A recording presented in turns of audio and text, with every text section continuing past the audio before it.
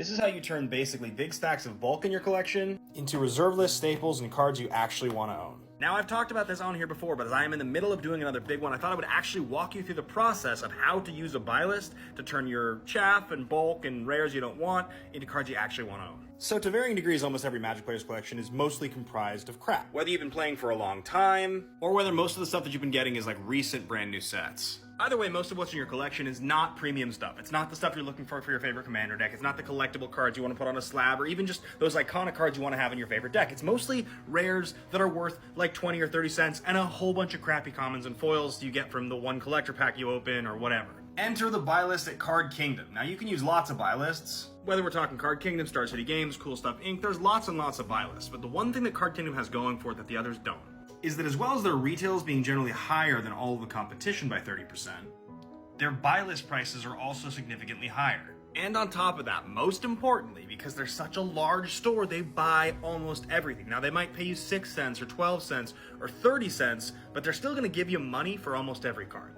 And in my experience, no Magic player really wants to sell their staples. Nobody wants to sell Shocks and Fetches. Nobody really wants to sell a Shieldred or get rid of a Wheel of Fortune that they've had since they were a kid. They want to move the cards that aren't worth much that they don't use very often. And most buy lists don't offer prices on those cards because they're hard to sell. So I started going through my collection and basically stacking up all of the what I see as kind of unplayable rares, commons, uncommons, just things that are not very expensive, and buy listing them for 10 cents, 15 cents, 30 cents, 60 cents, whatever I can find. I do this about once a quarter. Because if Card Kingdom will give me 32 cents for a card, it probably means the retail on that card is less than $1, right? And those commons, uncommons, and most specifically rares tend to be ones that you open a bunch of copies of in a booster box, or you get a couple copies of in a draft. They don't make your commander deck. They're not even the cool version you actually want for your commander deck, so you just end up having a couple of them sitting in a box somewhere. If you hold on to those stacks of cards for long enough, they do start to stack up. And finally, the thing that Card Kingdom offers that's the most important is this store credit bonus of 30%.